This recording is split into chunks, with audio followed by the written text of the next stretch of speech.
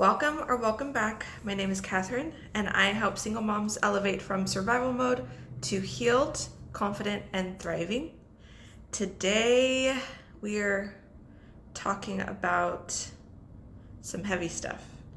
I'm about to talk you off of a ledge. I'm thinking. This weekend was pretty mentally hard for me, and I had some encouragement from the Lord, so I felt that it was my duty to pass that along and to give you encouragement as well. This video is for all those people who are just having a really hard time. Either they feel like they've failed, they feel like they're behind the buck, they feel like they're capped out at life. They feel like they're just doing all the things right and that the needle isn't moving. It's interesting because I am turning 40 next month, and there's some prayers, some desires of my heart that just feels like they keep evading me. And I was just in a slump this weekend. I was in my head. I didn't want to give up, and I know some of you want to give up and just kind of throw in the towel and be like, I'm done trying. I wasn't there yet, but I was definitely questioning, where is this all going? Is my hard work gonna even pay off at the end? How long is it gonna take? What am I gonna have to sacrifice that I haven't sacrificed already? And so it was really hard. And so I know what it feels like to do all the right things, to be the bigger person, to make all the good decisions, the right decisions, the decisions that you feel is good for yourself, for your family, for your kids, for your household. I know what it's like to turn the other cheek, to turn your back on what you know wasn't good for you, to try to do what's right, to follow the Lord, to read your Bible, to pray every day, to put your best foot forward, to get up with a smile and be grateful and thankful for what you do have, and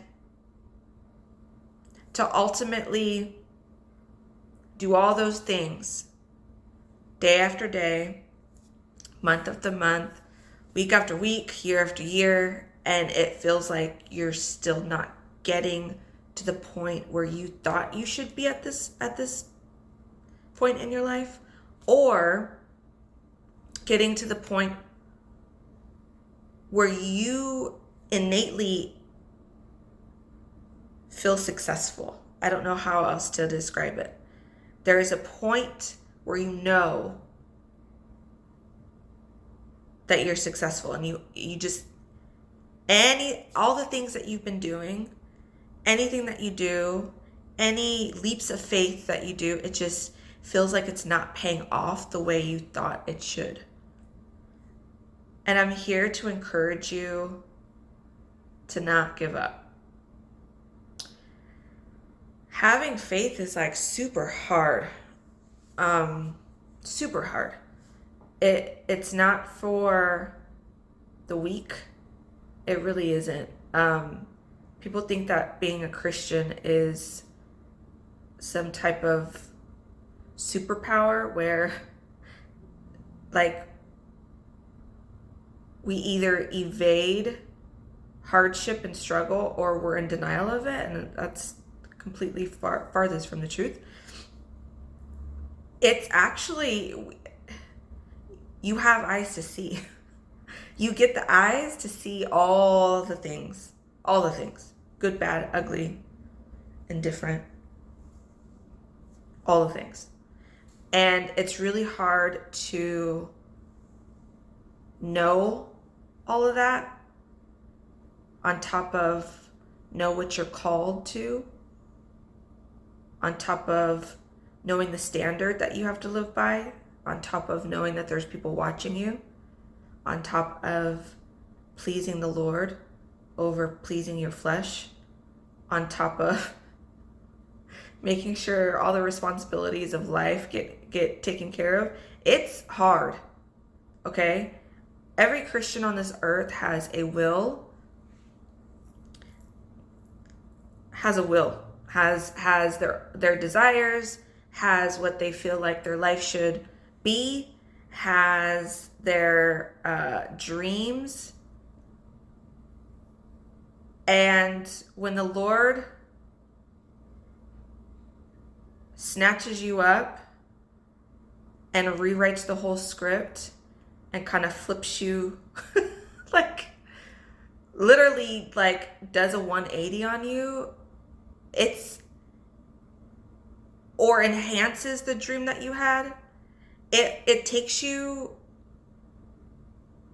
I don't want to say it takes you by surprise. Sometimes it takes you by surprise, but it's a weird feeling. And then you give the Lord your full yes, or even your partial yes. And you work and you have faith, and you work and you have faith, and you keep doing that because everybody around you on social media, your friends, your family that believe in you, that want God's best for you, tell you you're going to make it. But everything around you says the total opposite.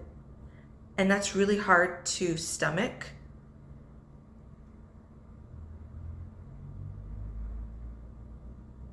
It's just, it can be very discouraging,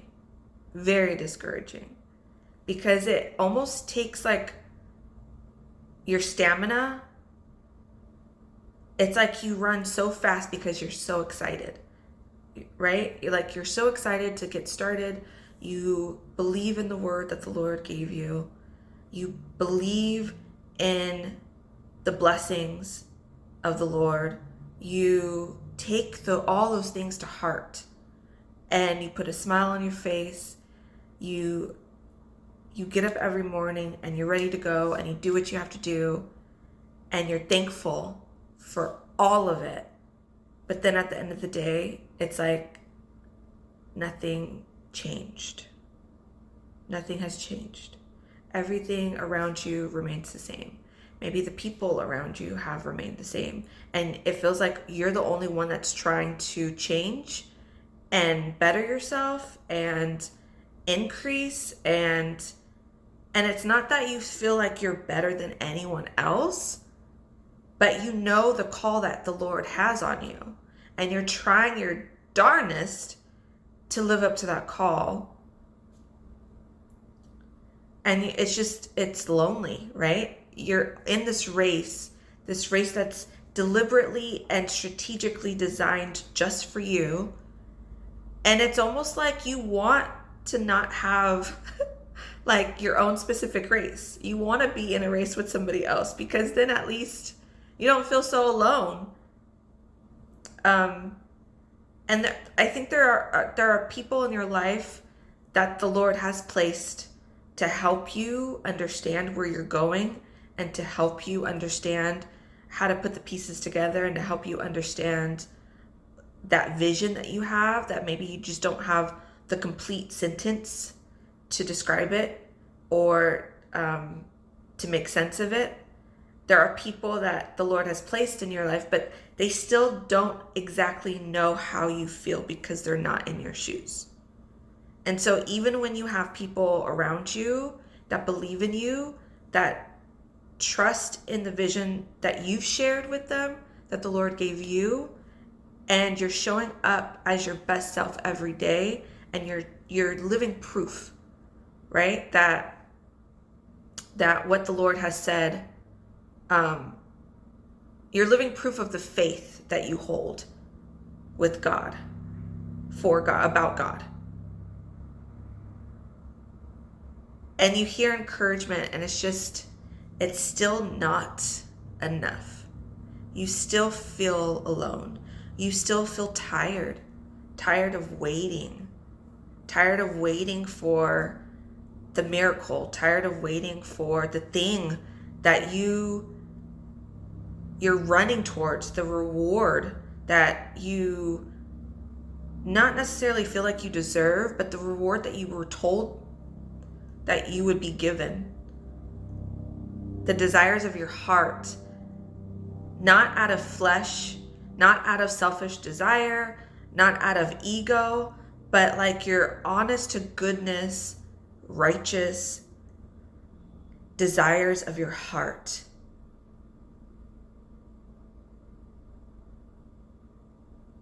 And it's like you feel more further away than you did a year ago, than you did when you gave the Lord your yes.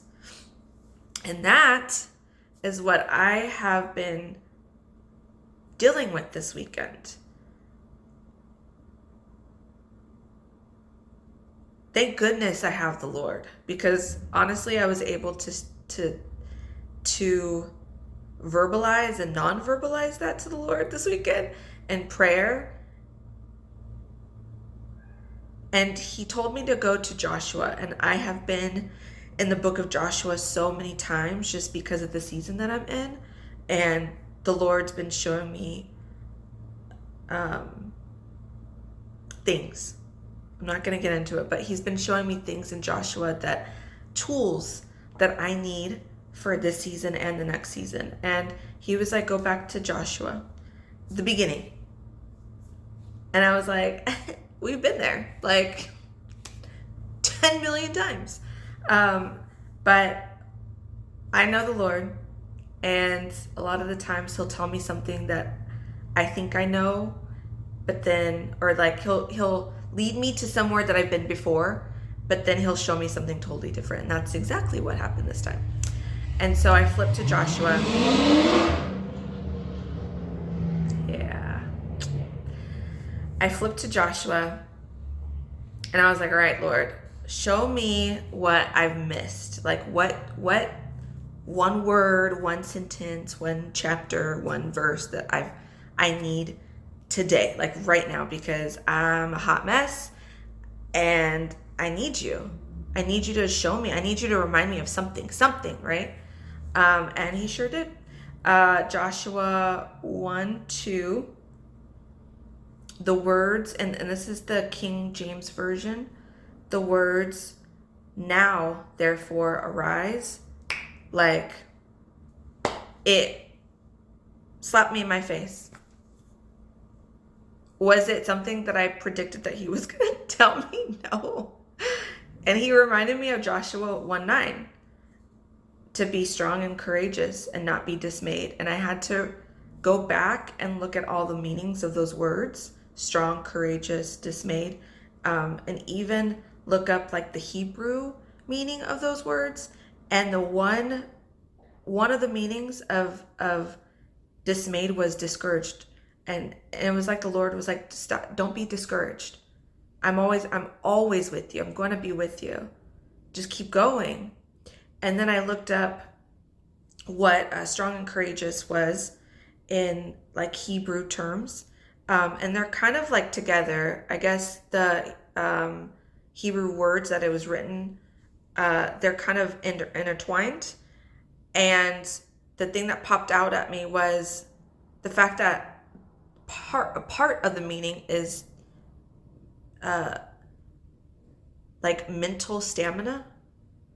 And that got me, because I gave my yes, my complete yes, not like, yes, I'll do what you told me to do, Lord.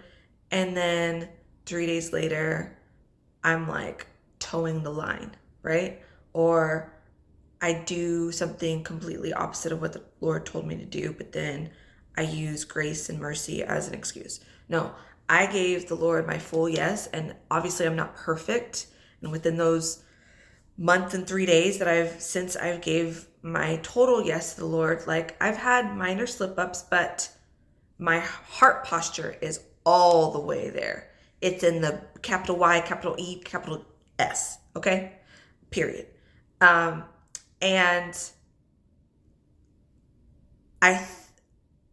the fact that the Lord pinpointed mental stamina to me was my answer. I'm not physically tired. I'm mentally drained. I'm emotionally drained. It takes a lot of gumption and a lot of grit, and a lot of getting up, and even if you feel off, to mentally tell yourself, persist.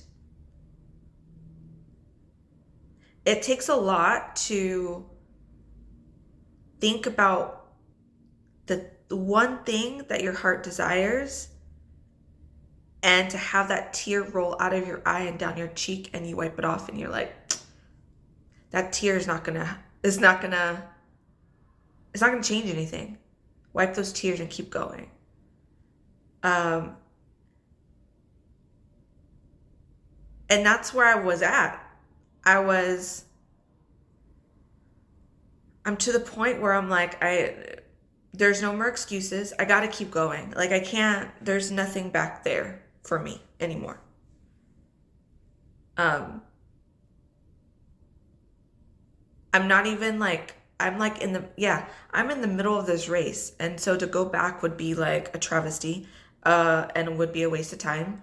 And to sit on the sidelines and cry about it nobody's coming to my rescue except for the Lord. And he's already given me the plans and the strategy and all the things to finish this finish line. So there's no point in just sitting down. And so at that point, I'm like, I don't know what to do. I'm going to keep going, but I just don't know what's there. I know what I want, right? We know what we want in our obedience to the Lord. We know what we want to happen. We know the reward we want, but we don't necessarily know if we're going to get it after all the work that we do, after all the obedience that we have for the Lord, after all the love that we and the worship and the praise that we offer to the Lord. After all the work through faith, we still don't know exactly what's at the end. And I think that's what was catching me up. That if I do all this work and I still don't get what my heart desires. And so usually the old pattern for myself was self-sabotage. Literally at this point in the obedience cycle, I would self-sabotage because of that fear of not knowing what's in the future, what the future holds, what the Lord is doing. So I would try to take back some type of control and self-sabotage. And then give my excuse of, well, I don't know what excuse I would give myself. I just would do what I wanted to do. And this time I can't. There is no like mercy life jacket for me. Like all of them. And I know, like, you know, the Bible says your mercies renew every morning. But like for my circumstance, for this, what the Lord has called me to do, for me specifically, the commandments that he has placed on my life, I ran out of all that mercy. Like I took advantage of all of it. All of it. And the Lord was very clear that like I needed to get it together. And so like there is no taking back control. I don't have that excuse. I know better. Once you know better, you do better. I know better. I know better not to self-sabotage. I know better not to think that I have my life in my hands. I know better not to disobey the Lord. I know better. So I went into this trying to restructure how I get over this hump. Because this hump has destroyed me so many times in the past, but I refuse to let it destroy me now. This is my race that I will finish, right? And so all I knew this weekend to do was just cry out to the Lord, honestly, and tell myself I'm gonna be consistent in the things that he's called me to do. But I feel sad and I feel discouraged, dismayed. That's where I was. And the Lord was like, well, read what my words say again in Joshua 1:9. Look up the words again. Remind yourself that I am with you. Remind yourself that I have commanded you to be strong and courageous, to be persistent, not just consistent, but to be persistent. And I think that drives a little bit harder than consistency.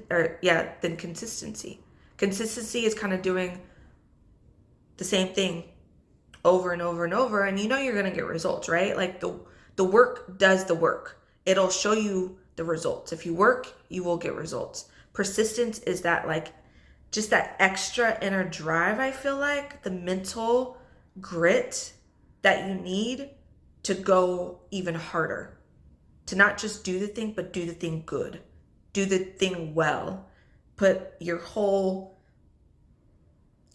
effort into the thing. And I didn't have persistence. I had consistency, finally, but not persistence. And I was discouraged. And so when I tell you the Lord encouraged me, he didn't give me any slack. He didn't baby me. He didn't tell me, oh, it's okay. It's okay. No, he was like, arise, get up. I have commanded you to be strong and courageous, to not be dismayed, for I am with you. And I think that today,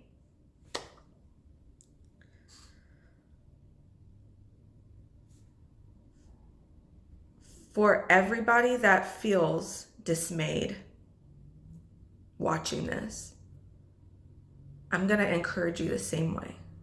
Arise. Now arise. Now, therefore, arise. Yes, the Lord knows what you're feeling. Yes, the Lord knows what you're going through. Yes, the Lord knows what you've been through. Yes, he knows your struggles. He knows why you're crying. He knows why you're angry. He knows why you're sad. He knows why you just feel like you have nothing left to give. He knows that you're fearful. He knows. But even so, now, therefore, arise. Be strong, be courageous. Do not be dismayed. Do not be discouraged.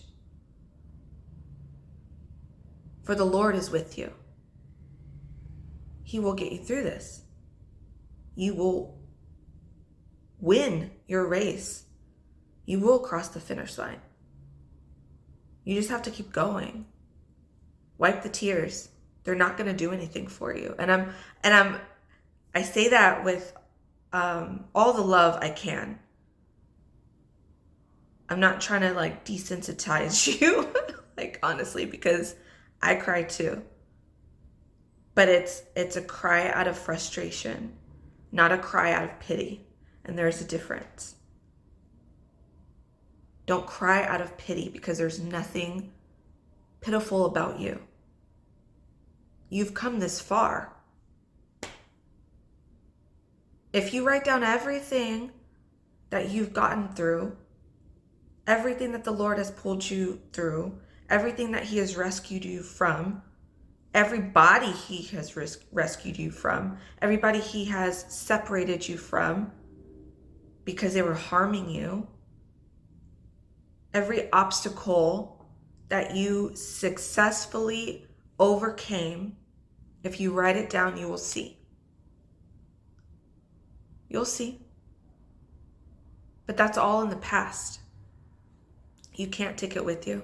Let it go, because you have to run this race, and you can't run it with all the weight, all that weight. You can't. You gotta just let it go. And so that's my encouragement for you today.